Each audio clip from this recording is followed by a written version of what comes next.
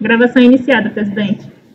Bom dia, senhores. Dando início à sessão matutina do dia 24/2/2021, da segunda turma ordinária da terceira Câmara, da terceira sessão. Bom dia, doutor Vinícius.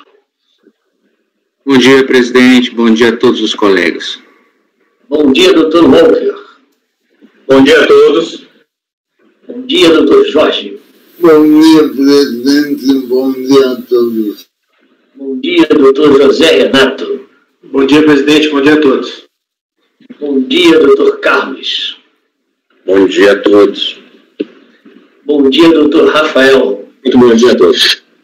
Bom dia, doutora Denise. Bom dia, presidente. Bom dia a todos. Senhores, vamos começar pelo item 167 da pauta da relatoria da doutora Denise.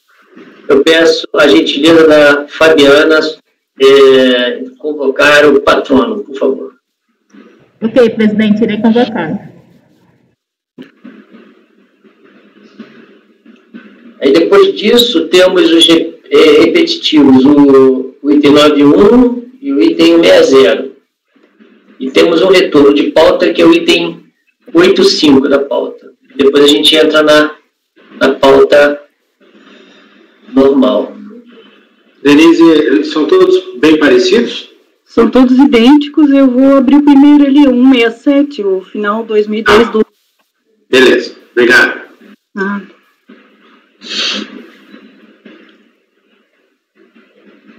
Patrono convocado, presidente.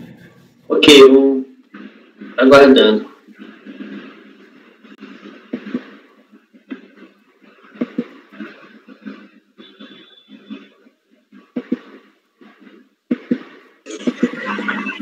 Bom dia.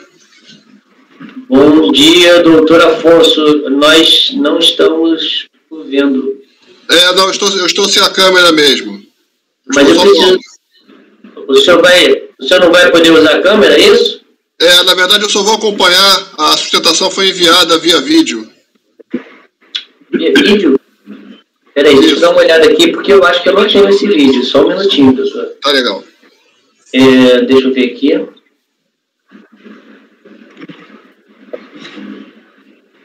Eu não tenho vídeo. Eu não tenho o link do vídeo. O senhor tem certeza disso? Tem, foi até confirmado.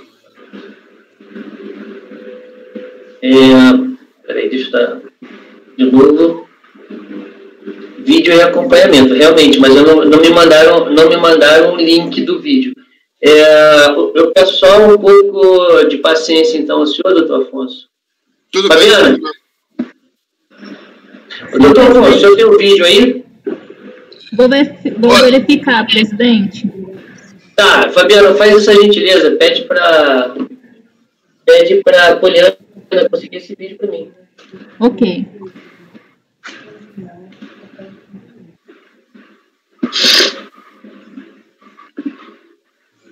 Se o senhor tiver o vídeo em mãos, doutor Afonso. Na verdade foi o secretário do escritório que enviou. Então, talvez eu só tenha ele pelo WhatsApp aqui, eu acho que vai ficar mais difícil de enviar. Pelo WhatsApp vai ficar difícil realmente, porque se o senhor conseguisse colocar aqui o endereço, na verdade eu preciso do endereço do vídeo. Do endereço? Eu vou tentar localizar aqui, vou ver se eu consigo adiantar para vocês também. Tá, porque com o endereço do vídeo, porque ele é pelo YouTube, né? Aham. Então, com o endereço do vídeo eu consigo reproduzi-lo. Tá bom, eu vou tentar localizar aqui só um minuto. Ok.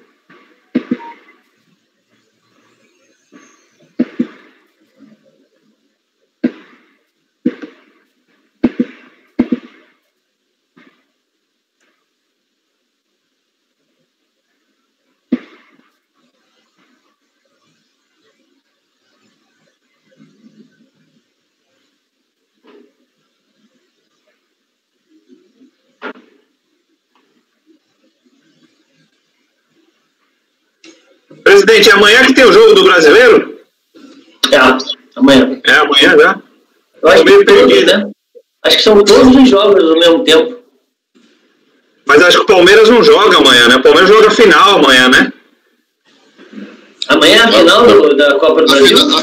Desculpa me intrometer, a final da Copa do Brasil acho que é no domingo. Ah, no Não deve ser domingo? amanhã, não. Deve ser tudo junto amanhã. É que é muita final, é muita final pro meu time, cara. Eu fico perdido, assim. Eu acho legal. Muita final ficar tudo em segundo lugar. Não, campeão da Libertadores. Um gol cagado aos 190 minutos do terceiro tempo. É muita final e não ganha nenhum. E o Flamengo contra o River lá também, lá esgotando o tempo, não foi cagado. Olha só, veja, não foi cagada. Foi categoria de um cara chamado Gabigol. Aquele moleque lá do Palmeiras lá foi categoria, aquela cabeçada lá. Rapaz. Não, você faria aquele gol. Eu falo que foi mais categoria. Eu acho que foi mais categoria do Rony, que botou a bola na cabeça dele. Como foi bem lembrado pelo Vinícius, é uma evolução muito grande do Palmeiras. Sair de um bicampeonato da Série B para quarto lugar do Mundial. É muita evolução, isso é verdade. A gente tem que, né, Vinícius? A gente tem que tirar o chapéu pro cara. É histórico isso. É histórico isso daí. Histórico. Nunca antes visto na história do Brasil esse negócio. Isso é um crescimento, rapaz. É uma evolução. O Palmeiras está entre os clubes mais ricos do Brasil hoje em dia, ao lado do Flamengo. A Crefisa mais rico do Brasil, com certeza. Igualzinho. Eu sou obrigado a defender o Walker. Nesses campeonatos, o Palmeiras botou mais de 200 milhões no bolso, cara. Da Crefisa. A dívida da Crefisa. Ele tá devendo as calças aí, ó. Receita de... Agora não tem nem mais receita de estádio, né? Porque não tem torcida, né? Você sabe como que vai pagar as contas. Pelo menos a gente ainda tem estádio, né? Tem cara que fala que é o maior do mundo aí, nem estádio tem, né? Não sei do... Cara, mas tem estádio ficar devendo as calças, não sei se eu quero ter estádio, não. Fabiana, pode falar, Fabiana. Presidente, acabei de falar com a Poliana e ela já resolveu, ela vai te mandar o link, viu? Vai me mandar o link, provavelmente por e-mail. Pela Ok, tá bom. E ela pediu desculpa porque ela tá voltando agora de férias. Ok. Isso demorou um pouquinho. Fabiana. Sim. Avisa a Poliana, por favor, que eu já mandei o vídeo de ontem pro YouTube já, tá? Ok, vou passar isso pra ela. Vamos... Deixa eu aproveitar então, o Walker. Confere comigo o que foi votado fora sem apoio foi 78 a 84? Não, 82. 82? Então eu postei errado. 80. Porque aqueles dois deu 83 e 84 a gente votou antes? Deixa eu ver aqui. A gente voltou antes porque era videoconferência. Então tá. Então, retifica a minha fala, Fabiana. Vai até 82, tá? Porque nós terminamos com aquele processo seu da Roge. Foi verdade, que ela intempestiu. O da Silcom foi aquele caso que eu tive que fazer esclarecimento depois do julgamento para advogado, foi antes. Então foi 78 a 82. Perfeito. Fabiana, então você retifica, por favor, a minha informação, tá? Ok, presidente, alterei. Estou aqui esperando o e-mail da Poliana. Mas e aí, presidente, qual é a sua opinião amanhã? Cara, eu não tenho opinião, cara. O Flamengo perdeu todos os jogos do São Paulo, tomou 9 gols em 3 jogos. Não sei, sinceramente. Mas você viu que o São Paulo ele fez um negócio inteligente na última rodada, né? Perdeu pro Botafogo. Porque o Inter tinha anunciado que não ia mandar dinheiro lá pro São Paulo, né? Sim. Aí o São Paulo provavelmente falou, vamos perder pro Botafogo aqui, os caras pensar que a gente tá desanimado, aí eles mandam uma bala pra gente aqui ganhar no último jogo, né? Cara, perdeu feio. Quem viu o jogo foi o Botafogo. Se o Botafogo tivesse daquele jeito do campeonato todo, ele não tinha caído. É uma coisa assim, mas fora de... O Flamengo, se quiser, ganha de goleada do São Paulo. São Paulo é um time ruim. Cara, eu vou te falar que 2 jogos dos 3 que o Flamengo perdeu, eu vi todos. posso te falar que o Flamengo perdeu porque foi incompetente de fazer gol.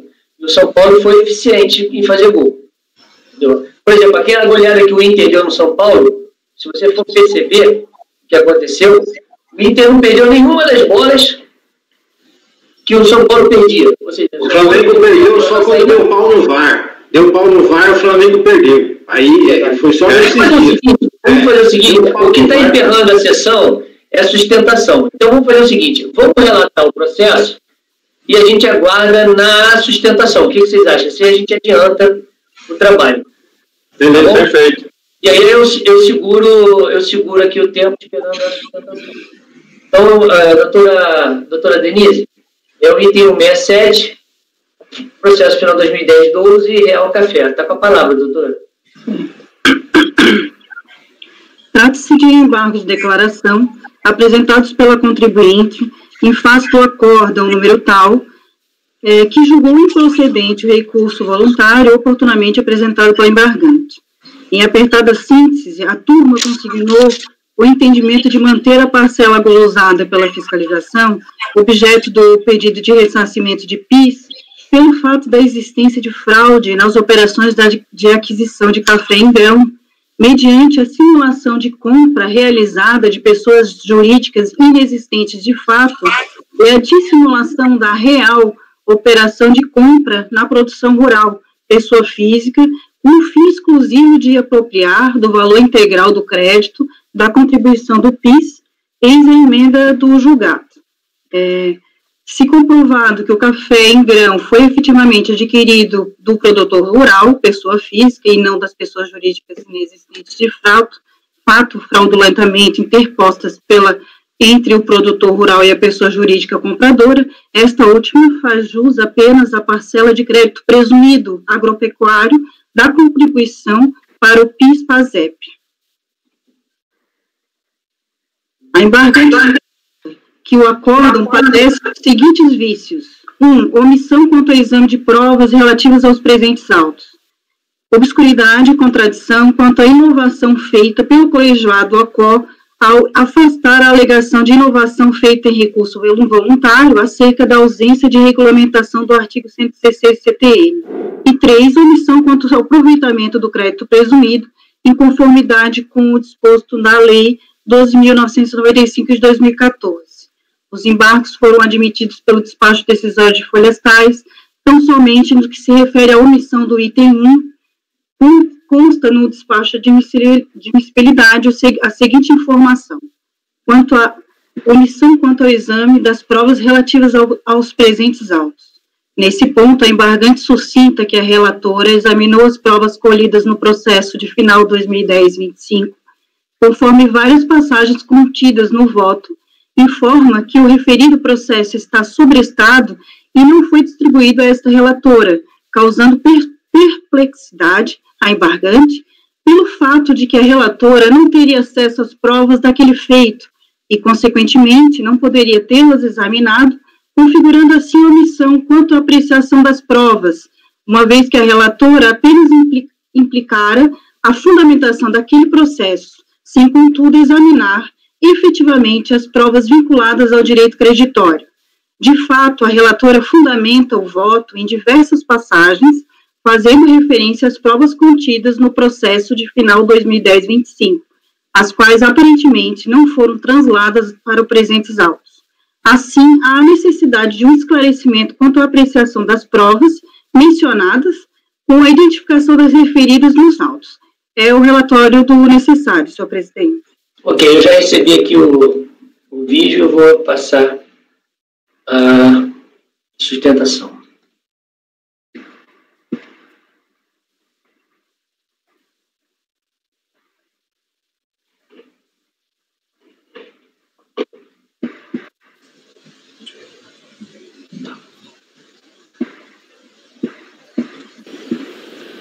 Senhor presidente, senhora relatora, senhores conselheiros, retornamos em sede de embargo de declaração para procurar, com os esclarecimentos que serão prestados por este órgão julgador, colocar nos devidos trilhos o julgado consubstanciado no acórdão ora recorrido.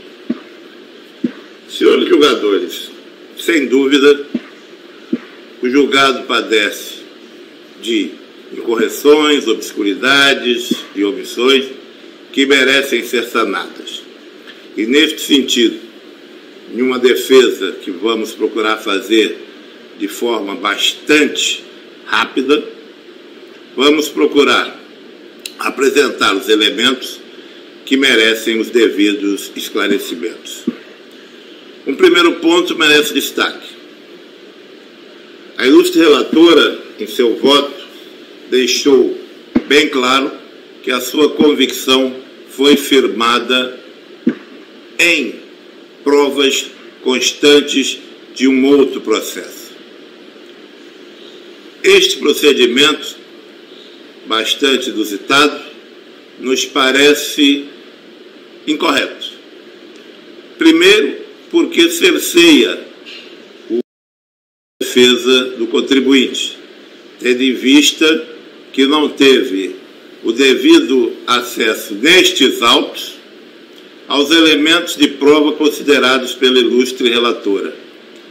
Entende-se que cada processo é individual e, nesses termos, cada processo tem o seu bojo probatório que merece ser examinado e ser indicado no julgado com os pontos tidos como infratores da legislação.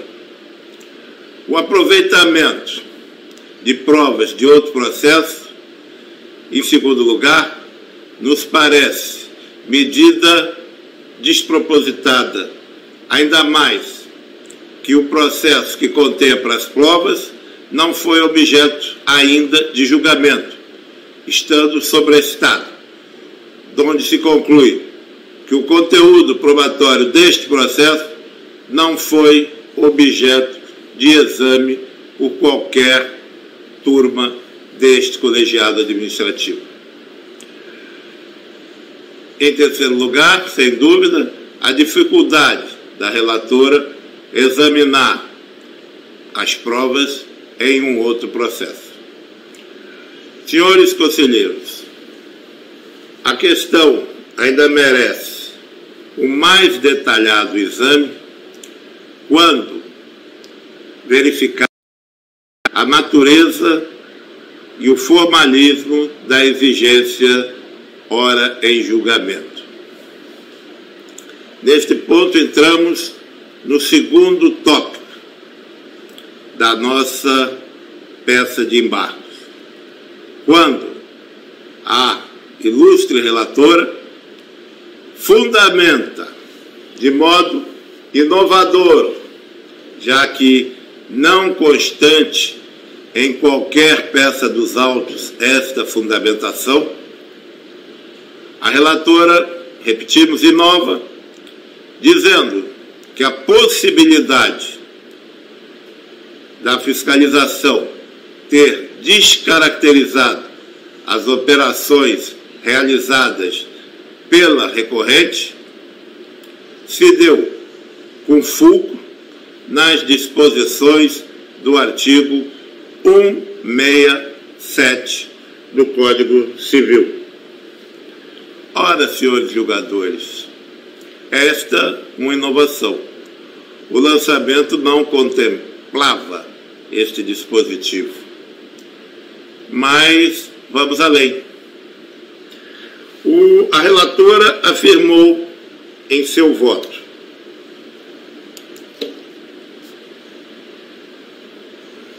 em situações como esta, posta em julgamento, determina o ordenamento jurídico do país que seja declarado nulo o negócio jurídico simulado e subsistente o dissimulado, se válido for na substância e na forma. Um pouco mais à frente, falou a relatora: desta feita, caso a fiscalização demonstre que houve dissimulação nos negócios jurídicos praticados, poderá desconsiderá-los e, com esta desconsideração, imputar obrigações tributárias de acordo com o real negócio praticado. Bom, senhores julgadores, neste momento nós teremos então um entrosamento desta linha de defesa com a primeira observação de nossos embargos, no tocante ao exame da prova em outro processo. Temos aqui que a descaracterização se deu com base no artigo 167 do Código Civil. Sim. Vamos interrelacionar. A recorrente, desde a sua peça inicial de defesa, insurge-se contra o fato da fiscalização não ter indicado quais as pessoas físicas que, na verdade, teriam efetuado as operações de venda. Para verificar devidamente esta colocação da defendente, que não foi objeto de análise no acórdão ora embargado, evidentemente se faz necessário o exame do conteúdo probatório. E destes autos, pelo que consta, não há elemento probatório que possa permitir a verificação desta alegação da contribuinte, bem como verificar qualquer outra imputação de fraude que lhe possa ser efetuada, porque inexiste conteúdo probatório. O conteúdo está em outro processo. Isto apenas demonstra a impossibilidade da análise em outro processo do conteúdo probatório, que é um fato que traz indiscutivelmente a nulidade para o julgado ora embargado. Mas não bastasse isso, se nós adentrarmos efetivamente ao mérito da afirmativa da relatora, no tocante ao artigo 167 do Código Civil, que, no seu entender, é a base legal que permitiria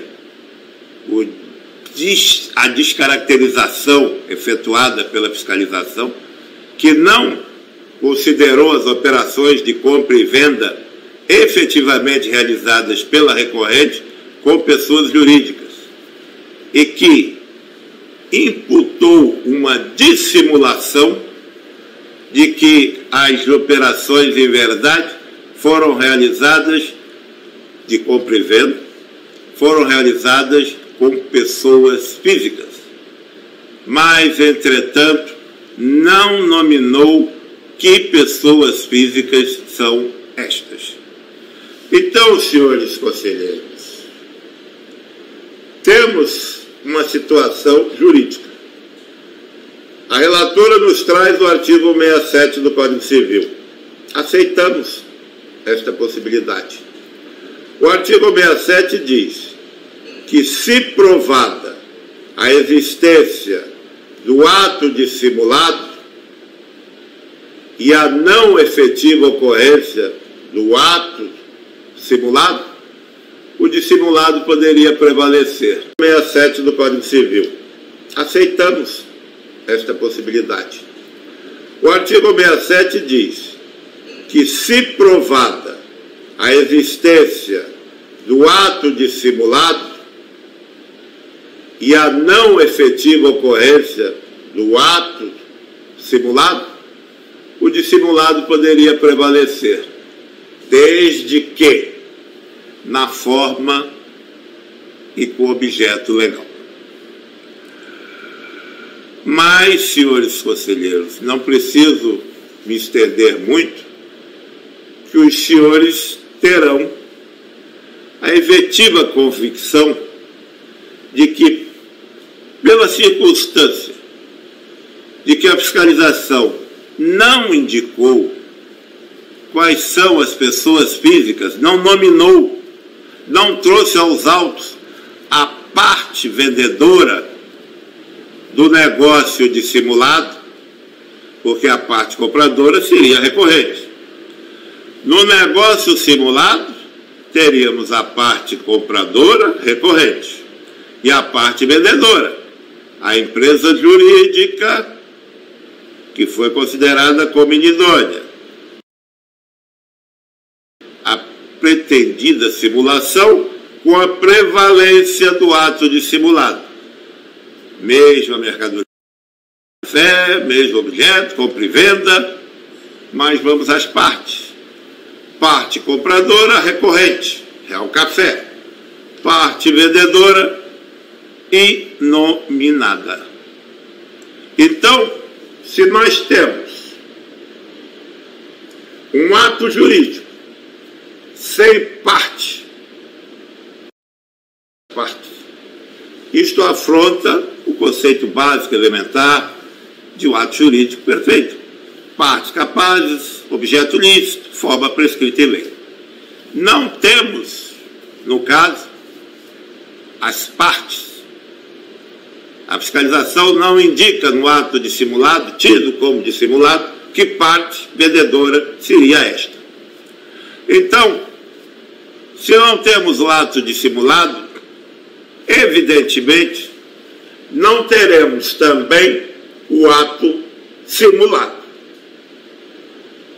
E se não temos o ato simulado, evidentemente, não há o que descaracterizar.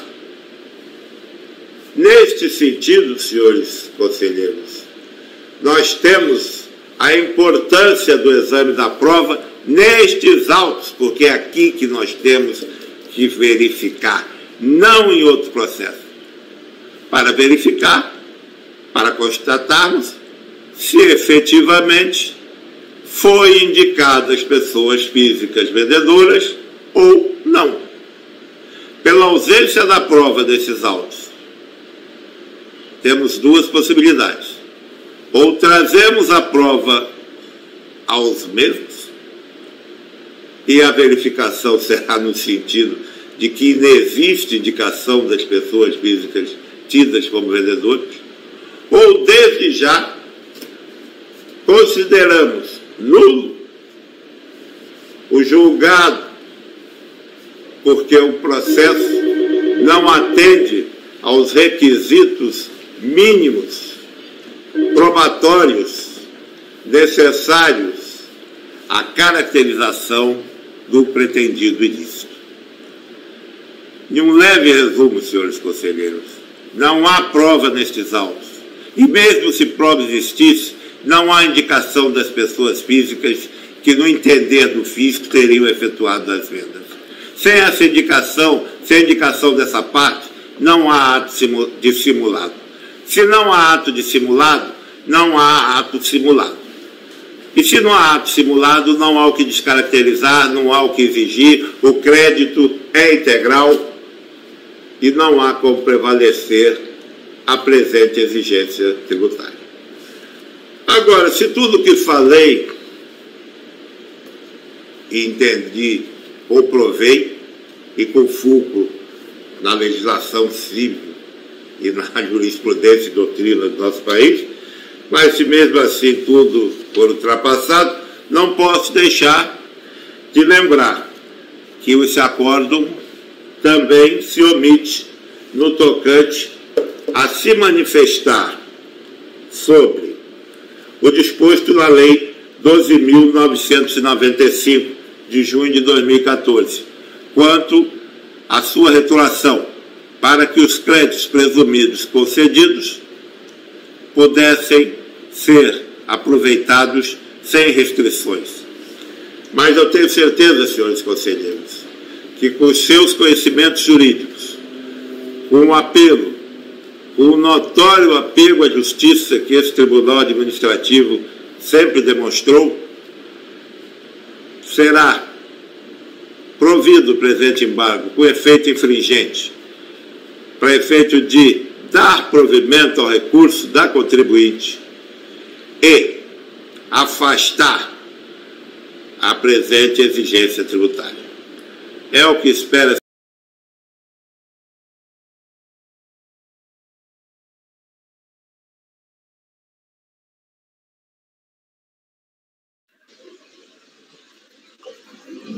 Senhores, só para saber, só para deixar pontuado que eu não derrubei o áudio, é porque o áudio já tinha 15 minutos e 26 segundos, então tinha passado do tempo previsto na legislação, tá? Deixar bem consignado isso, porque ficou parecendo que foi interrompido. Foi interrompido provavelmente pela limitação dos 15 minutos. Passo a palavra, então, o Alfer saiu. Passo a palavra à doutora Denise.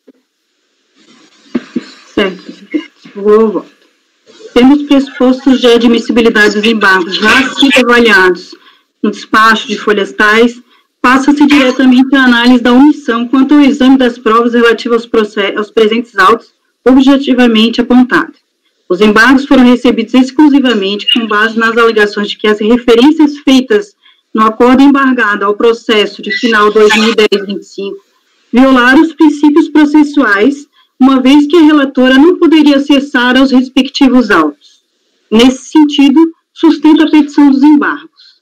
Ocorre que, conforme reconhecido, inclusive pelo próprio acordo ora embargado, o referido processo, onde se encontram todos os elementos de prova acerca do direito creditório examinado nos presentes autos, foi objeto de resolução número tal, quando do seu julgamento no âmbito da primeira turma ordinária da 4ª Câmara da 3ª Seção, juntamente no sentido de sobressá-lo para aguardar a decisão definitiva dos processos relativos aos pedidos de compensação.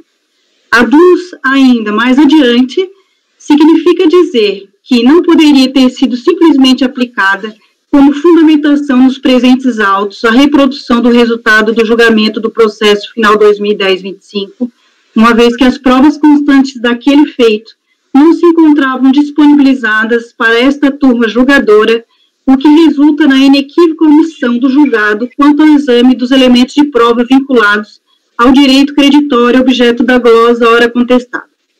Primeiramente, insta esclarecer que, diferentemente do que pretende os embargos, não foi esta relatora quem trouxe para os autos referência aos dados coletados no bojo do processo administrativo invocado. Tanto o pedido de ressarcimento ora em julgamento, como o auto de infração objeto de análise do processo referido, são resultantes de um único procedimento de fiscalização provocado pelo mesmo mandado de procedimento fiscal. Isto está claro no termo de representação fiscal de folhas tais, quando o grupo fiscal responsável afirmou que, tendo em vista a representação de folhas tais, formalizou-se o presente processo para o registro do tratamento manual dos pedidos de ressarcimento e das declarações de compensação a seguir relacionados. Ultimadas diligências referente à coleta de provas, foi exarada a Informação Fiscal 40 de 2010, de folhas 31 e 36. Neste documento já foi feita referência às provas constantes do processo de final 2010-25, como se pode observar o seguinte trecho.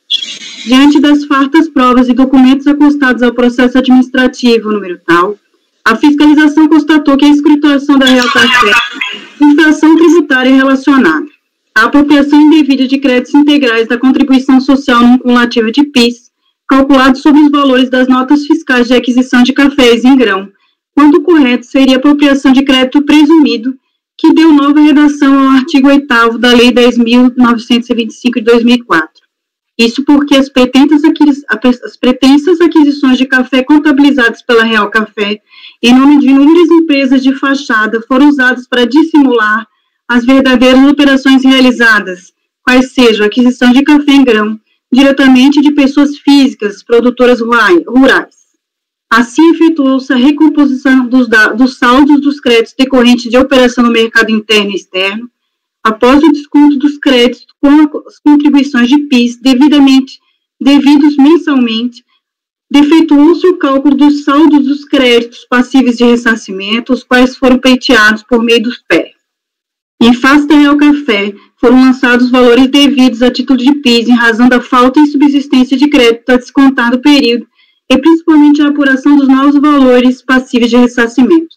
A fiscalização limitou o valor do pedido de ressarcimento ao valor do saldo do crédito a descontar referente à parcela do mercado interno passível de ressarcimento. Em síntese, revendo os detalhamentos da apuração de crédito vindicada, a contabilidade dos documentos fiscais disponibilizados pelo contribuinte, bem como cotejando os elementos e documentos acostados no processo administrativo de final 2010-25, não foi possível reconhecer integralmente o direito creditório pleiteado pelo contribuinte, bem como homologar integralmente as compensações requeridas.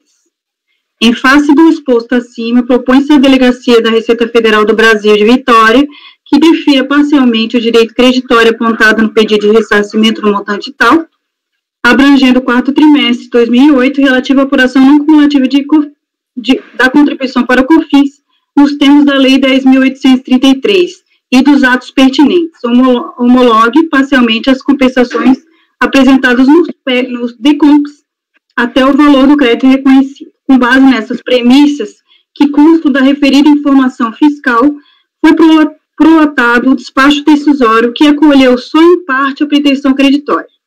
As referências ao processo 2010-25 foram utilizadas expressamente pela decisão prolatada pela Delegacia Regional de Julgamento, conforme se pode observar do seguinte trecho a seguir da decisão. De pronto, é-me esclarecer que o assunto tratado na presente manifestação de conformidade foi analisado sobejamente no processo administrativo final 2010-25, quando então a quinta turma da DRJ do Rio de Janeiro proferiu o acordo número tal, em sessão realizada em 10 de fevereiro de 2011, considerando improcedente a impugnação apresentada, mantendo o crédito tributário objeto de outra infração integrante no processo de folhas táxi. Portanto, a referência ao referido processo administrativo não se trata de inovações do acordo embargado, como pretende fazer crer a embargante, mas que nele foi citado em face do que consta da informação fiscal número 40 de 2010.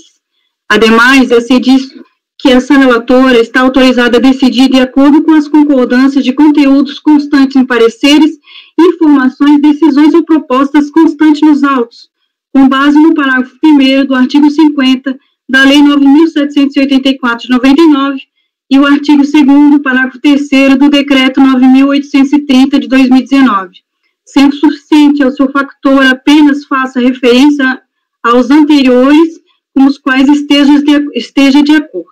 Assim sendo, diversamente do que está dizendo a embargante, esta relatora não precisou compulsar os autos do referido processo administrativo, tendo tomado como base na sua manifestação de voto a informação prestada pelas autoridades fiscais que executaram o mandado de procedimento fiscal, bem como a íntegra da decisão da quinta turma da DRJ do Rio de Janeiro, proferida no processo citado, constante a íntegra as folhas tais, os quais foram citados no acordo embargado por se tratar do mesmo objeto, ou seja, glosa e recomposição de créditos a descontar.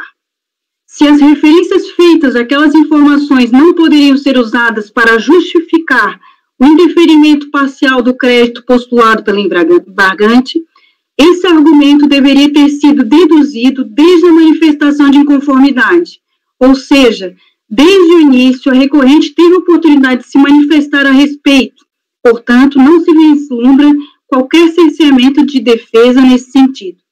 Além do mais, conforme consignado na informação fiscal, que foi subpedâneo para o despacho decisório, que reconheceu apenas em parte o direito creditório pleiteado pelo contribuinte, os elementos comprobatórios foram acostados ao referido processo, do qual, obviamente, a manifestante tem pleno conhecimento firmando o presente inconformismo contra o despacho exarado pela autoridade administrativa, de forma que não resultou prejudicado o direito de defesa da interessada.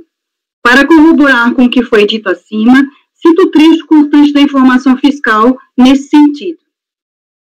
O que se vê na manifestação de inconformidade é que a embargante tinha pleno conhecimento das provas contra si coletadas e constavam no referido processo administrativo. Nas folhas 50 e seguintes, a embargante analisou de forma incisiva os dados, informações e documentos que foram coletados no bojo manual dos formulários, todos os pedidos de ressarcimento, analisando no mesmo procedimento de fiscalização, e que constam do referido processo administrativo. Destaca-se com o propósito de mostrar que não se trata de um elemento novo, mencionado apenas por ocasião do julgamento de segundo grau. Destaco o seguinte trecho da manifestação de inconformidade. Deduz dos eventos processuais acima mencionados, primeiro, as referências ao processo final 2010-25 não foram uma criação do acordo embargado, consto dos autos desde a primeira intervenção das autoridades fiscais responsáveis pelo exame manual de diversos pedidos de ressarcimento protocolados pela empresa embargante. Não houve qualquer prejuízo para o exercício do direito de defesa da embargante, porque desde a manifestação de inconformidade, ela tem se reportado com pleno conhecimento de causa sobre os elementos coletados pelo grupo fiscal responsável pelas diligências e coletas de dados, documentos e informações. Terceiro, se as referências a tais diligências, dados e informações trouxeram prejuízo para a defesa dos interesses da embargante, a prejudicial deveria ter sido aduzida desde a manifestação de inconformidade e não só agora, restando prejudicado o conhecimento da matéria exclusivamente em segunda instância, nos termos dos artigos 16 e 17 do Decreto 70.235 de 72. Quarto, o acordo da DRJ analisou com acuidade jurídica as referências feitas ao referido processo, não causando qualquer prejuízo ao direito de defesa da embargante. E quinto, trata-se de um argumento que já havia sido analisado e rechaçado no acordo embargado, tendo os embargos, no particular, meramente repetitivo do que já havia sido discutido nos autos. Em síntese, a omissão apontada, em verdade, reflete em simples tentativa de rediscussão de temas já analisados no primeiro acordo referente aos embargos. Pelo exposto, restam ausentes na decisão embargada a omissão apontada e os embargos de declaração, recorde-se, presta-se a questionamento de obscuridade, omissão ou contradição do acordo proferido pelo CARF, não constituindo peça recursal hábil a simples rediscussão da matéria julgada por este colegiado. Pelo exposto e restando ausentes os pressupostos ensejadores de embargos e declaração, voto pela rejeição dos embargos apresentados. É como eu voto, senhor presidente. Ok, doutora. Eu passo a palavra de imediato ao doutor Vinícius. Parabéns aí pelo voto. Eu acho que não existe omissão. E vou explicar mais ou menos como você explicou, mas talvez buscando iluminar um outro aspecto que está implícito no teu voto, no teu acórdão. Mas antes de falar disso, eu queria só chamar a atenção para duas questões. Primeiro, o patrono lá na defesa, ele alega cerceamento porque as provas não foram... Ele deveria ter alegado isso... essa questão das provas, de não ter sido trazida a prova para cá, ele deveria ter alegado isso na manifestação, no recurso voluntário, porque a decisão da DRJ é toda baseada naquele conjunto probatório. Então, é uma alegação meio que extemporânea essa aí, porque... Então, assim, isso é uma coisa diferente do embargo admitido. Falar que há cerceamento de defesa... que as provas não foram juntadas, isso aí era uma coisa que ele poderia ter aventado no recurso voluntário, e não fez isso. Outra coisa é a questão da simulação, o fundamento, o artigo do Código Civil e tudo mais. Isso aí é a discussão do mérito, isso aí não é discussão do que foi admitido em embargos, que é o quê? Suposta omissão com relação à valoração da prova. Isso que foi admitido. Então, o que a gente precisa discutir aqui é somente isso. A omissão na valoração da prova, né, é essa questão posta em jogo aqui. Com relação a isso, eu digo o seguinte, não há omissão na valoração da prova. Por quê? Porque a doutora Denise, ela toma como referência toda a valoração da prova feita pela DRJ, e isso é plenamente possível. Por exemplo, se a DRJ fala assim, olha, o contribuinte no ano de 2005 tinha faturamento de 50 milhões, conforme demonstra a contabilidade apurada pela fiscalização e tudo mais. Aí, no recurso voluntário, o sujeito passivo simplesmente fala assim, a multa é inconstitucional. O relator no CARF, quem está decidindo no CARF, pode tomar como ponto de partida o fato delimitado já na DRJ, se o contribuinte não se pronuncia especificamente sobre aquele fato que foi, vamos dizer assim, pavimentado na decisão recorrida. Ou seja, só há que a doutora Denise só teria que se manifestar eventualmente sobre a substância dessas provas se houvesse nos autos uma contestação específica do contribuinte dizendo, olha, não foi esses valores aqui, essas empresas tais não existem, olha a prova aqui, e trouxesse outras provas para confrontar com, vamos dizer assim, as provas tomadas pela decisão de piso. É muito normal o julgador de uma instância superior tomar como ponto de partida questões decididas na instância inferior quando não há contestação específica. É exatamente isso. Né? Se o contribuinte vem com uma alegação no recurso voluntário só de questões de direito, não faz sentido você debater prova. Não faz sentido você revirar todo o arsenal probatório e falar assim, olha, vamos agora rediscutir a prova. Não, só há sentido em revirar a prova quando o contribuinte levanta essa questão, fala assim, não, as conclusões da DRJ com relação a esses fatos são equivocadas, porque olha só, aqui eu junto aqui a minha contabilidade e mostro que as compras não foram feitas daquela empresa, mas sim daquela outra. E olha aqui, essas pessoas, por exemplo, vou dar um exemplo concreto desse caso. Uma das conclusões com relação à prova feita pela DRJ é o seguinte, que algumas compras foram feitas de empresas inaptas. Não é, Denise? Eu acho que uma das coisas fortes é isso. Várias empresas inaptas. Então, a fiscalização concluiu que são empresas inaptas e mostrou que são empresas inaptas. A DRJ aceitou isso e viu que... E a Denise simplesmente parte desse ponto de partida. Certo? Aí, o contribuinte fala, não, que eu não poderia saber se são inaptas. Ou seja, não está mais em questão se são inaptas ou não. Agora, quando o contribuinte fala assim, eu não poderia saber se são inaptas ou não, o julgador não vai precisar de provas sobre a inaptidão. Isso já é tomado como ponto de partida, a não ser que o contribuinte falasse, olha, essas empresas não são inaptas. Olha só, aqui a prova que elas não são inaptas. Aí a Denise teria que, eventualmente, baixar os autos em diligência para apurar, né, diante de uma contestação específica, apurar qual dos dois tem razão, a DRJ ou o contribuinte? Né, a decisão recorrida ou a recorrente? Aí sim haveria necessidade de um confronto. Agora, na medida em que o contribuinte não contesta fatos, conclusões da fiscalização, o julgador, ele não só pode, mas deve tomar como ponto de partida os fatos delineados pela decisão recorrida.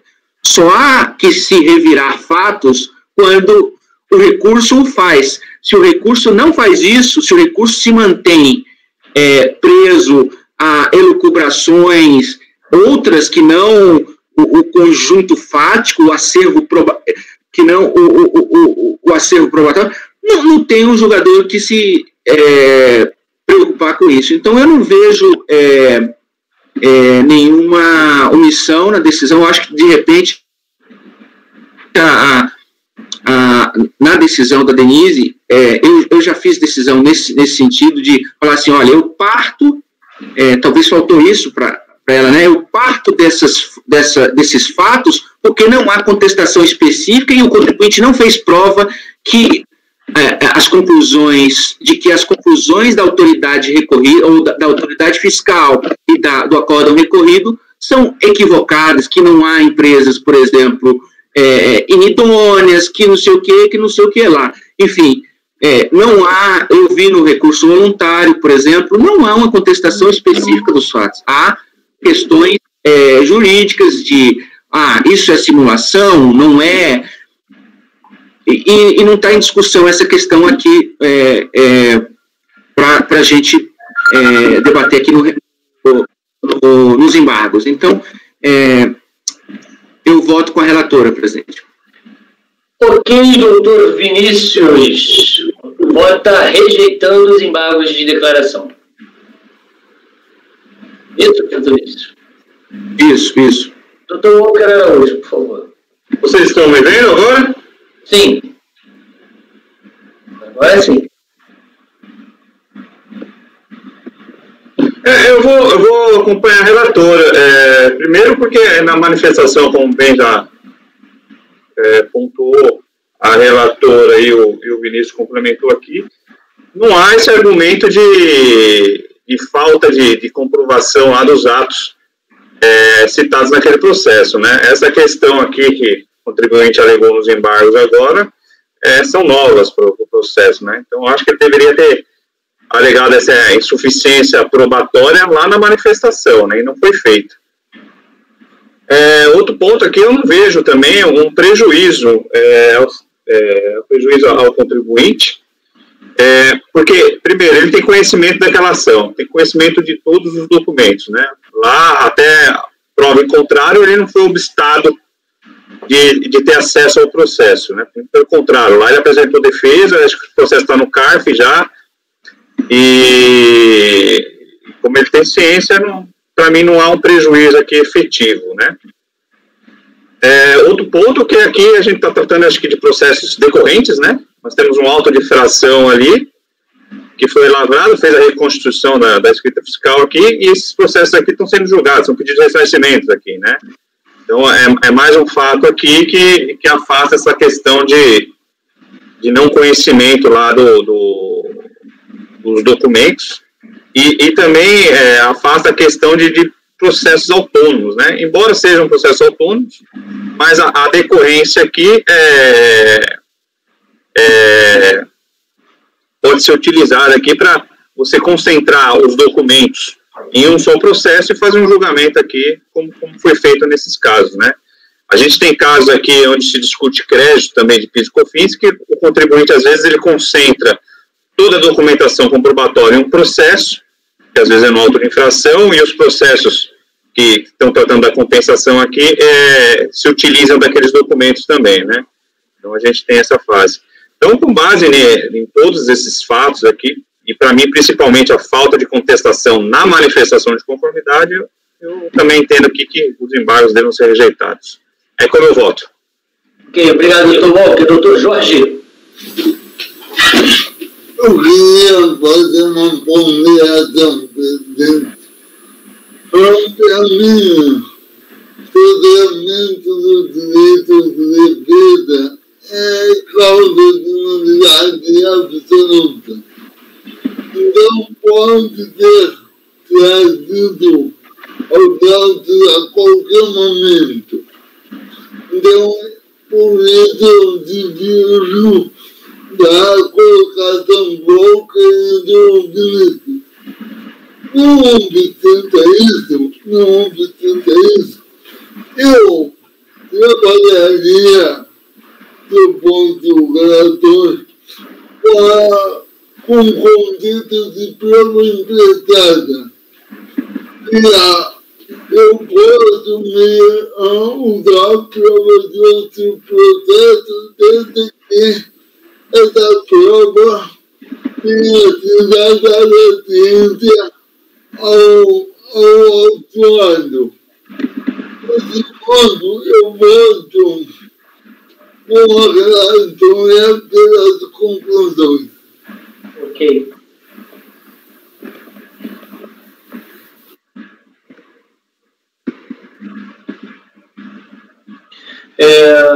Doutor Zé Renato. Eu só fazer um esclarecimento para o Jorge. Pode. Ô Jorge, a questão de prova emprestada, eu acho que não seria útil aqui, ou não seria legável aqui, porque a questão de prova emprestada, você deduz que o processo utilizou, mas trouxe para os autos essa prova, tá?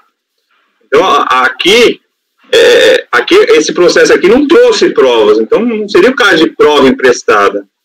Ele está partindo de uma fiscalização que foi feita num processo lá, e com base nas informações que foram prestadas, ele está julgando o processo. Aqui não trouxe provas, não seria prova emprestada. Não sei se caberia essa questão de prova emprestada. Você não está usando prova de outro processo? Não, está usando a conclusão que foi feita lá. E não há uma contestação efetiva lá desses resultados lá de irregularidades. Eu não sei se essa questão de prova emprestada aqui seria alegável nessa fase processual aqui. Até porque o contribuinte também não alega essa questão de prova emprestada, se pode ou se não pode. Então, eu tenho dificuldade aí de trazer no seu voto essa questão de prova emprestada, porque o contribuinte ele não traz isso. Não. Tá, ok. Eu não sei, eu só estou aqui pensando alto, porque... Uma coisa que o contribuinte traz, concordo com você. Outra coisa é como vamos lidar com a situação. Tem provas que não estão no processo. Não tem provas que não estão no processo. Olha só, os embargos foram opostos embargos, tendo como razão dos embargos a omissão pela não apreciação das provas constantes no processo. Então, as provas estão no processo. Pronto. O que foi aceito na admissibilidade dos embargos foi exatamente isso. Uma pseudo-omissão, que eu já digo que o juízo de admissibilidade feita lá, não nos obriga a aceitar aqui. É um juízo de privação. Lá é o primeiro juízo de admissibilidade, fazemos o nosso no colegiado. Lá sempre é se a gente for botar tipo penal pró-sociedade, ou seja, na verdade, na dúvida a gente aceita. Aqui a gente tem uma visão tem que ter uma visão mais, vamos dizer assim, mais próxima da realidade possível. Até porque temos 8 pessoas analisando a situação. Lá é uma decisão monocrática. Então, o que foi decidido lá parece ter uma omissão na análise das provas que constam nos autos. O que diz a relatora? Não tem uma omissão da análise das provas constantes nos autos. E aí faz toda a explanação dela, que foi concordada pelo doutor Vinícius e o doutor Walker, fazendo algumas outras considerações. Entendeu, Jorge? Diante desse esclarecimento, eu retiro o que eu disse. Eu tinha feito uma análise acertada com o relator. Obrigado. Ok, doutor Jorge. Doutor José Renato. Bom, presidente, os colegas anteriores já deixaram bem claro aí a questão. Eu ia falar exatamente contrapondo essa fala que o Jorge falou de prova emprestada, que realmente aqui nós não temos a questão de prova emprestada. Em nenhum momento isso aqui foi, assim, pode ser dito de prova emprestada. Nós temos aqui eu acho que o voto da doutora Denise foi cirúrgico nisso. Ela votou exatamente com aquilo que a gente tem dentro dos autos. Com todas aquelas questões que foram colocadas dentro dos autos. Ela não se distanciou disso.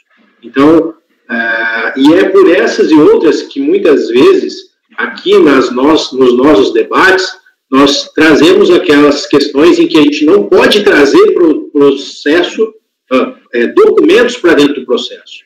A nós não é afeto isso. Nós temos que nos ater ao que está dentro do processo, foi exatamente isso que a doutora Denise fez. Então, novamente falando, ela foi cirúrgica em trazer, já estava claro para mim isso aqui no acordo dela. E agora os embargos, mais claro ficou ainda. Tá? Então, por essas razões, e as outras já trazidas pelos nossos pares aí, eu voto com a relatora. Ok, passa a palavra ao doutor Carlos. Acho que tudo já foi dito, eu acompanho a relatora integralmente. Ok, doutor Rafael. Presidente, eu também não tenho mais nada a acrescentar no voto com o relator. Eu também não tenho mais nada a acrescentar, a única coisa que eu tinha, eu acabei acrescentando um pouquinho antes, foi para contrapor, na verdade não contrapor, apenas elucidar o doutor Jorge. Então eu também voto plenamente e parabenizo pelo voto da relatora. Então, declarando voto, após o membro colegiado, unanimidade de votos, rejeitados e várias declaração, temos o voto da relatora. Esse mesmo resultado eu vou copiar para os demais, doutora? Sim, presidente, são idênticos. Então tá, estão copiando para o 168, 169, 170, 171, 172, 173, 174, 175, 176, vai até 177, né? Não, 178. 178. Até 178. Perfeito. Todos copiados. Com isso, eliminamos os processos, julgamos, desculpe, os processos com sustentação oral.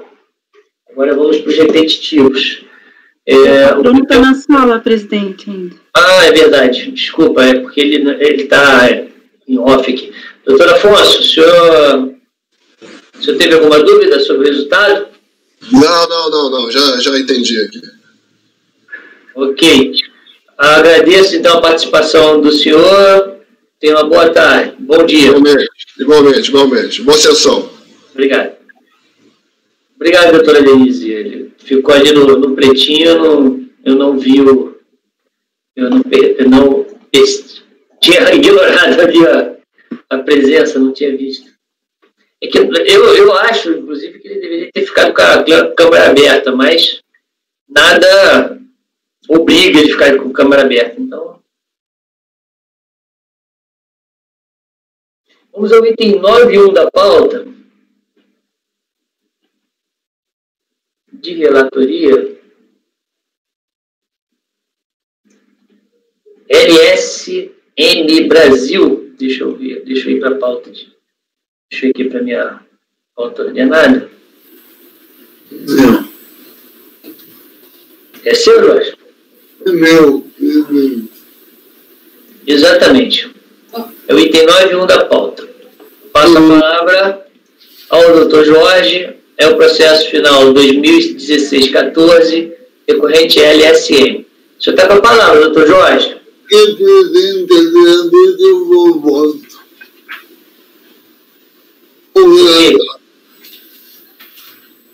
Posso começar pelo voto, presidente?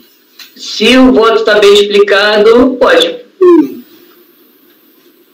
Obrigado, vou fazer isso. Ok.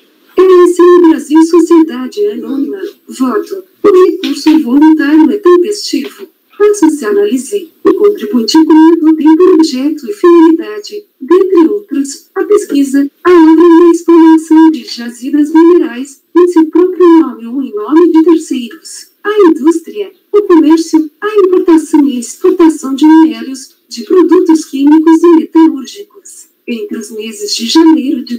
2015 e março de 2016, a recorrente apresentou os pedidos de ressarcimento abaixo elencados, com o objetivo de ser ressarcida dos créditos de PIS e COFINS não cumulativos vinculados às receitas de exportação, conforme os períodos de apuração e valores abaixo descritos. Os perdicumpes foram distribuídos para a auditoria manual em 2 de setembro de 2016. Em 23 de setembro de 2016, o contribuinte apresentou os documentos solicitados em meio magnético e em papel. Neste aspecto, infere-se, pelo teor do laudo técnico entregue em resposta ao retrocitado termo de intimação e pelas demais informações prestadas pelo contribuinte, que este último exporta apenas 3 mercadorias. Outro sim, o aludido laudo técnico descreve, em relação à fabricação das mercadorias a serem exportadas, o processo industrial envolvido bem como os insumos utilizados. No tocante ao processo industrial envolvido,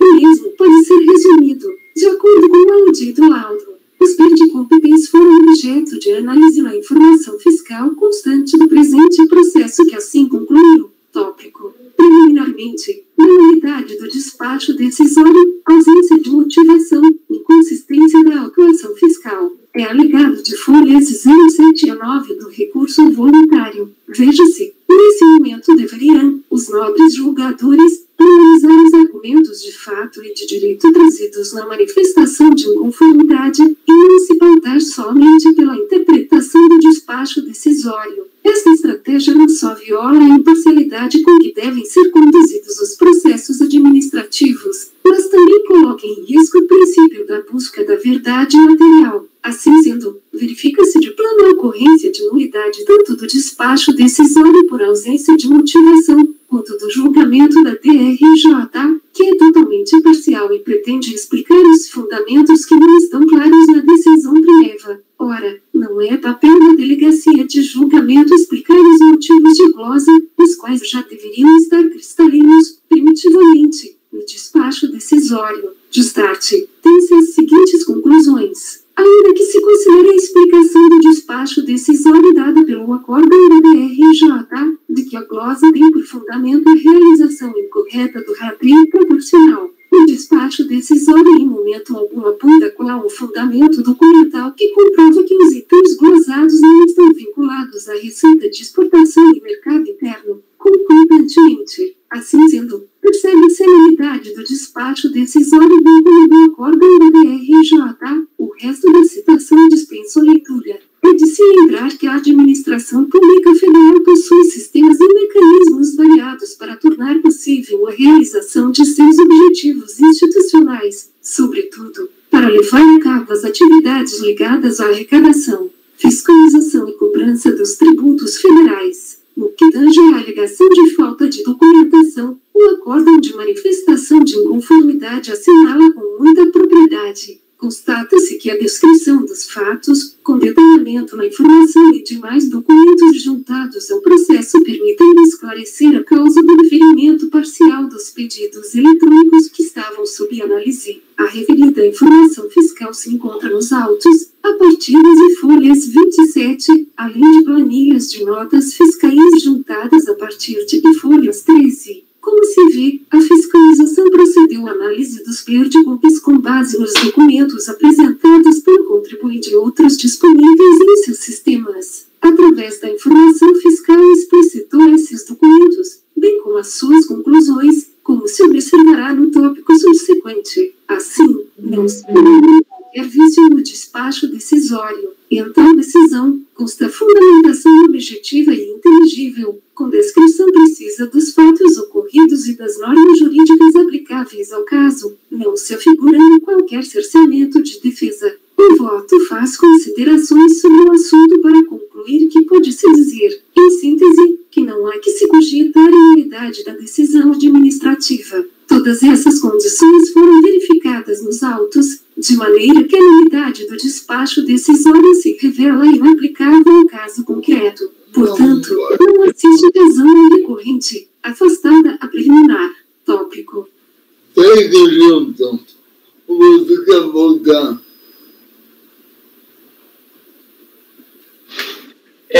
Vamos votar então a preliminar. Doutor Vinícius, como o senhor vota na preliminar? Com o relator. Doutor Walter. O relator. Zé Renato. O relator. Doutor Carlos. Com o relator. Doutor Rafael. Com o relator, presidente. Doutora Denise. Doutora Denise. Eu também voto com o relator. Vamos ao mérito.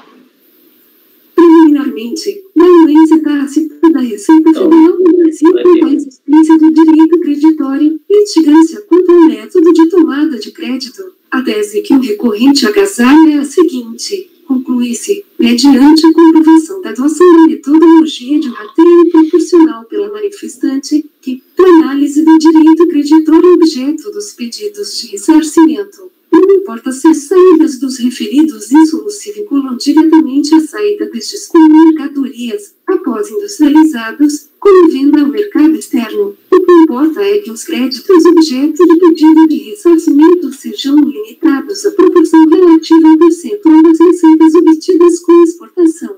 Ocorre que essa linha de argumentação, delineada no presente tópico, não encontra ressonância na legislação.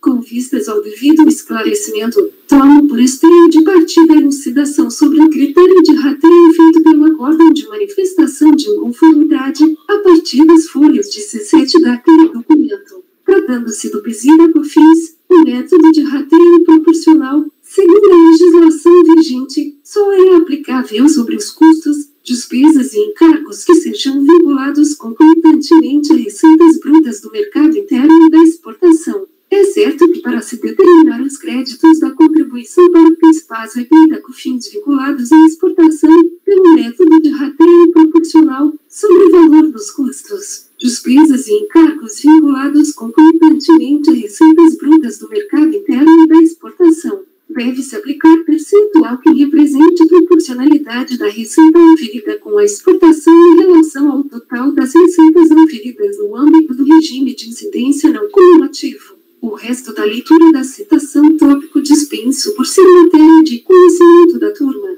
Consoante o exposto, a legislação determina que o método de rateio proporcional utilizado será aplicado nos casos em que custos sejam vinculados concomitantemente a receitas brutas do mercado interno e da exportação. Portanto, não assiste razão ao recorrente, afastada a preliminar. Eu vou votar, doutor Vinícius.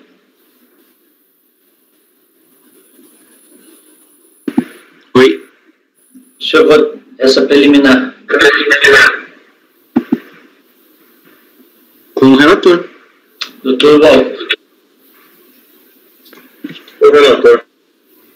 Doutor José Renato. O relator. Doutor Carlos. Acompanho. Rafael. Relator. Denise. Com o relator. Também acompanho. Pode continuar, Jorge. Mérito tópico da vinculação dos custos, encargos e despesas às receitas de exportação e importação concomitantemente. É alegado às folhas 14 e 16 do recurso voluntário, conforme aduzido anteriormente. É certo que o acórdão recorrido consignou que, para os itens 9, 10, 11 e 13 do despacho decisório, a glosa efetuada se deu em decorrência da utilização do método de apropriação de crédito denominados rateio proporcional, quando o recorrente deveria ter utilizado do método de apropriação direta. De se dizer, todavia, que os itens utilizados como base quantitativa para a apuração do direito creditório estão sim vinculados às receitas de exportação e mercado interno, concomitantemente. Ressalte-se, novamente, que em momento algum o despacho decisório ou acórdão recorrido demonstram com base que sustentáculo documental dependeram que os custos, despesas e encargos não estão vinculados às receitas de mercado externo e interno, concomitantemente, especificamente no que tange ao item 10 do despacho decisório e do acórdão recorrido, CFOP 1124, industrialização efetuada por outra empresa, MLT Metais, no relatório da engenharia juntada à manifestação de inconformidade. O engenheiro revela que a MLT realiza a fundição da cassiterita, gerando estanho em lingotes, escórias de estanho e escórias de tantalo. A escória de tantalo unida, misturada à tantalita, formando o composto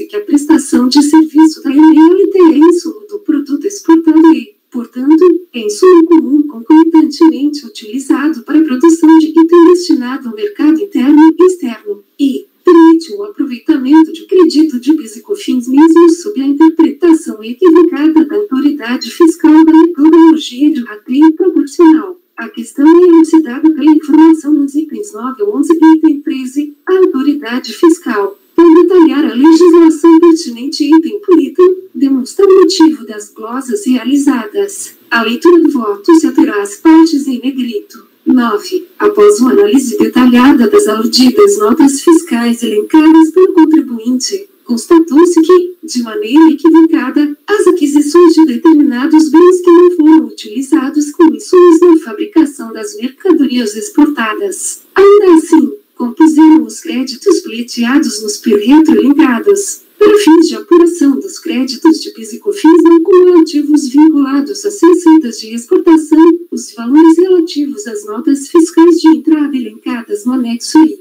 Uma vez que os produtos constantes destas notas elencadas não foram utilizados na fabricação e produção dos bens destinados à exportação, tampouco serviram como matéria-prima, produto intermediário, material de embalagem ou sofreram alterações, tais como o desgaste, o dano ou perda de propriedades físicas ou químicas, em função da ação diretamente exercida sobre os produtos a serem exportados em fabricação, não se enquadrando, portanto, os conceitos legal e normativo de insumo, conforme os mandamentos acima expostos. Neste aspecto, cumpre registrar que, para se enquadrar no conceito legal de insumo, a embalagem deve ser incorporada ao produto final, durante o processo de industrialização, agregando-lhe valor, conforme o teor dos dispositivos legais e normativos suplicitados. Por fim, ainda neste contexto, constatou-se, também, a apropriação de notas de aquisição de materiais para uso ou consumo, os quais, da mesma forma, não foram utilizados na fabricação das mercadorias exportadas, e que,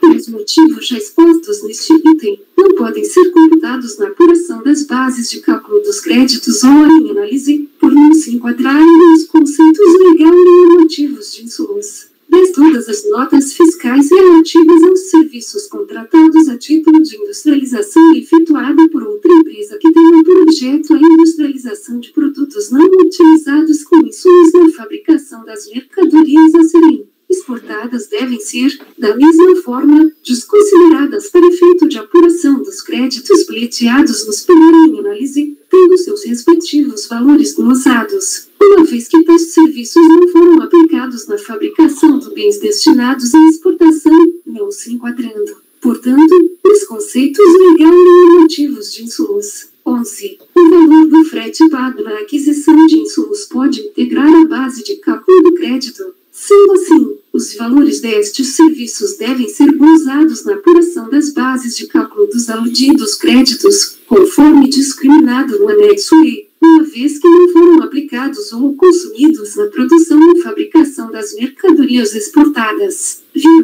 13. Seguindo na análise das notas fiscais que compuseram as bases de cálculo dos créditos de PIS e COFINS vinculados às receitas de exportação, a utilização em comento só é possível se a receita de venda de tais bens tiverem integrado faturamento relativo à exportação de mercadorias, no presente caso em análise, o que, repise-se, não foi o caso, motivo pelo qual as notas fiscais relativas aos bens recebidos em devolução e elencadas no retrocitado anexo e esta informação com o código CEF-OP 202, devolução de vendas, devem desconsideradas e ter seus valores glosados para fins de apuração das bases de cálculo dos créditos ou em análise. Pelo transcrito, fica evidente que a fiscalização efetuou as glosas uma vez que aquisições de bens e serviços não foram aplicadas ou consumidas na produção e fabricação das mercadorias exportadas. Assim, essas aquisições não foram enquadradas no método do rateio proporcional. Quanto à afirmação de que a prestação de serviço da MLT é insumo do produto exportado,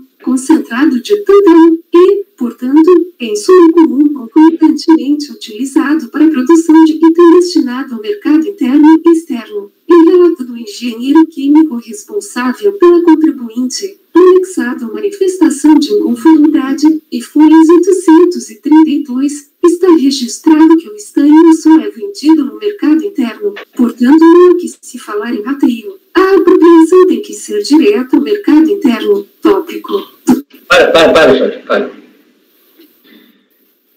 eu estou vendo. Bom, aqui você está fazendo o quê? Você está mantendo todas as glosas?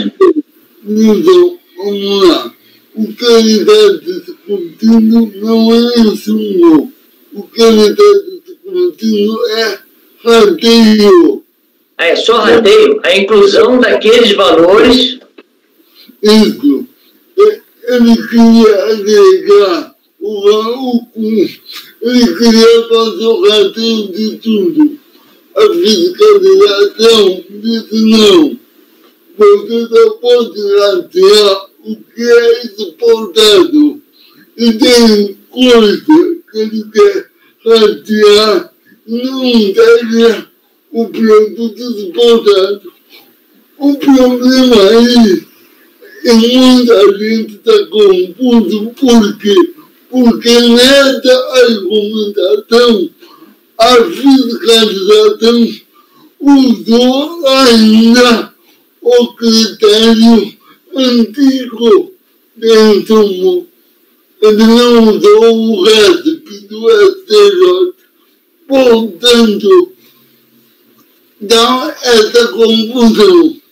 A questão é, nós estamos discutindo rateio e a glosa do rateio se deu porque o produto que ele queria ratear não foi exportado, por isso da glosa.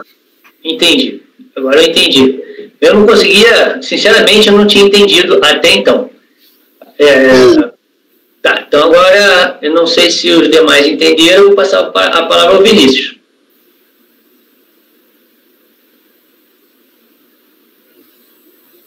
Mas aí o que acontece é que você está excluindo do pedido de ressarcimento, é isso? Isso, eu estou mantendo a glosa feita pela fiscalização. Ela já fez essa glosa lá na origem. Essa glosa vem desde o despacho decisório. Tanto é que eu estou usando em texto. Estou em despacho decisório. O problema é o conceito de insumo. Certo. Agora, isso aí esse material aí não está sendo aplicado nos produtos exportados. Esse é o ponto aí. Exatamente. Não é nem a questão de se é insumo ou não para outras coisas do mercado interno. Exatamente. Com o relator. A gente vai ter um mérito. Ok. Doutor Walter Araújo. Eu tinha ficado com um pouco de dúvida, inclusive a parte do frete, né? A embalagem, várias coisas aqui que em tese eu daria como insumos. Não, mas tem a parte do frete também que me chamou a atenção, né? Que é o frete na aquisição de insumo aqui que não daria direito ao crédito, né? É o item 11 aqui. Mas eu vi que a glosa foi motivada aqui porque esses insumos aqui não estão sendo aplicados nos produtos exportados, né? Então, essa questão do frete de insumos que não sofre tributação ficou para... não é o objeto de discussão aqui nesse tópico, né? Então, seria aqui só a questão do produto incorporar as mercadorias que foram exportadas, né? É isso, né, Jorge? Exatamente. Eu acompanho o relator. Ok, doutor José Renato. Só um parênteses, é porque aí no caso é para ressarcimento, né? Então é por isso que ele está tirando esse lance aí. Porque esses créditos, eventualmente, no mercado interno, você tem o direito ao crédito, mas o ressarcimento tem que estar ligado às receitas de exportação.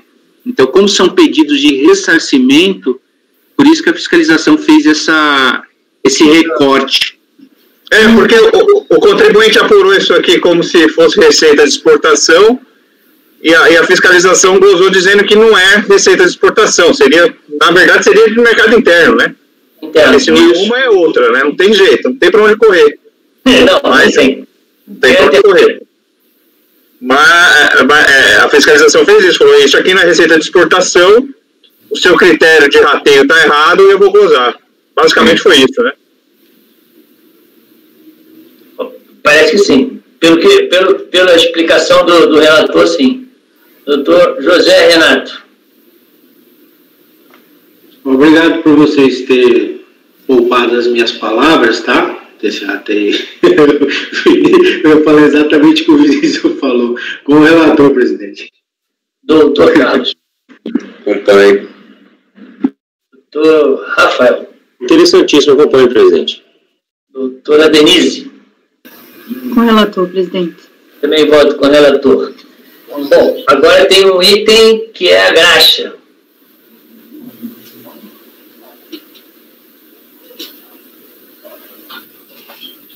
Que agora é que eu quero entender melhor esse negócio da graxa aqui.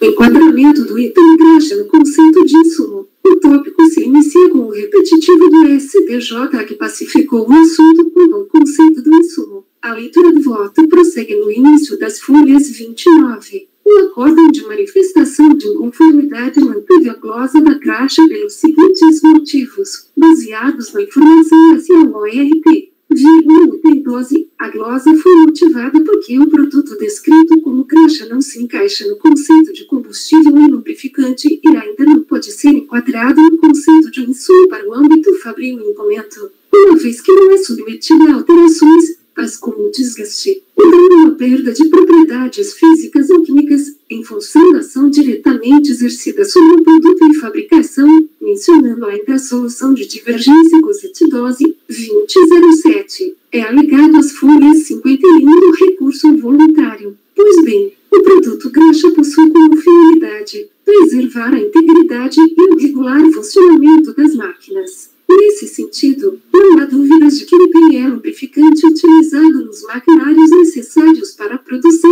e fabricação de produtos destinados à venda. Em respeito ao critério da essencialidade à atividade do sujeito passivo, para fins de definição de insumos para a constituição de crédito de PIS e COFINS, tem-se que, relativamente à graxa, lubrificante utilizado nos equipamentos e máquina utilizados na fabricação de produtos destinados à venda, deve-se reconhecer o direito ao crédito das referidas contribuições. Glosa revertida. Tópico.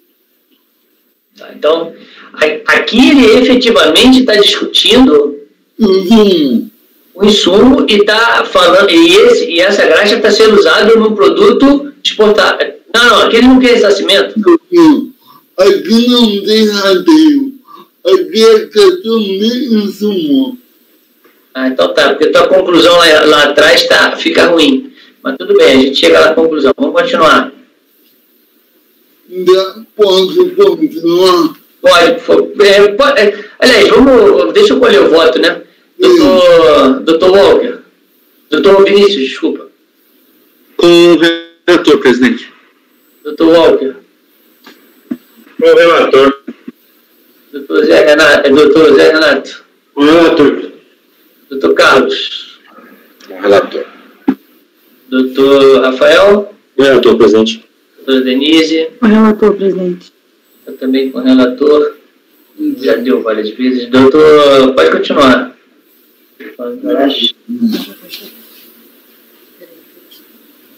No glosa indivíduo dos itens de locação, benfeitoria e serviços utilizados como insumo, estão glosados no despacho decisório, bem como no acórdão em que hora se recorre. Os itens referentes aos 1. Serviço de máquinas e equipamentos. 2. Benfeitorias. E 3. Locação. Relativo aos itens 14 a 18, informação hacia o ORT, que dispensou leitura. A regra prevista no dispositivo citado prevê que créditos de PIS, PASA e COFINS referentes a máquinas, equipamentos e outros bens incorporados ao ativo imobilizado, adquiridos para prestação de serviços, sejam calculados em função dos encargos de depreciação ou amortização incorridos no mês. Há aquisições de diversos serviços não especificados com os códigos CFOP 1949 ou 2949, cujas descrições se referem a locações, manutenções e de serviços de transporte devem ser gozadas na apuração dos ajustes em documento, uma vez que não se referem a máquinas e equipamentos.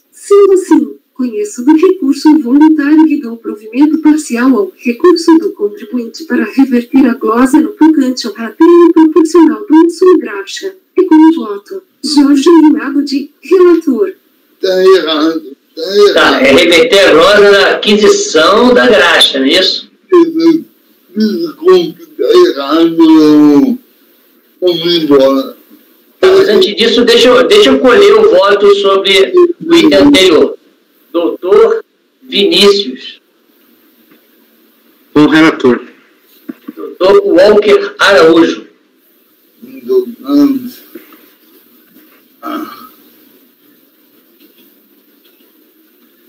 Foi muito rápido, não consegui acompanhar. Não tem problema não, pode ler aí. Fica à vontade. Só um minutinho só, eu estava lendo os motivos da glosa aqui, o Jorge já pulou, já foi pro voto, me perdi um pouco, só um minuto.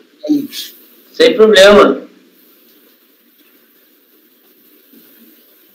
Se o senhor quiser vistas, eu dou vistas para o senhor, fica à vontade.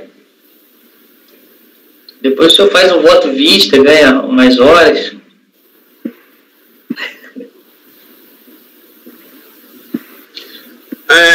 Jorge, só me confirma, aqui são itens que foram glosados porque não se referem a máquinas e equipamentos. E fez com base na análise de notas fiscais, né? É isso. Aí não são máquinas e equipamentos, não são bem de ativos imobilizados, então não pode tomar crédito aqui depreciado. Corretíssimo. O relator. E obrigado pelo tempo concedido. Imagina, o senhor tem todo o tempo, todos os conselheiros, a gente pode ficar aqui, não, hoje não pode ficar até tanto tempo, mas vamos lá. Doutor José Renato. Com o relator, presidente. Doutor Carlos. Com o relator. Doutor Rafael.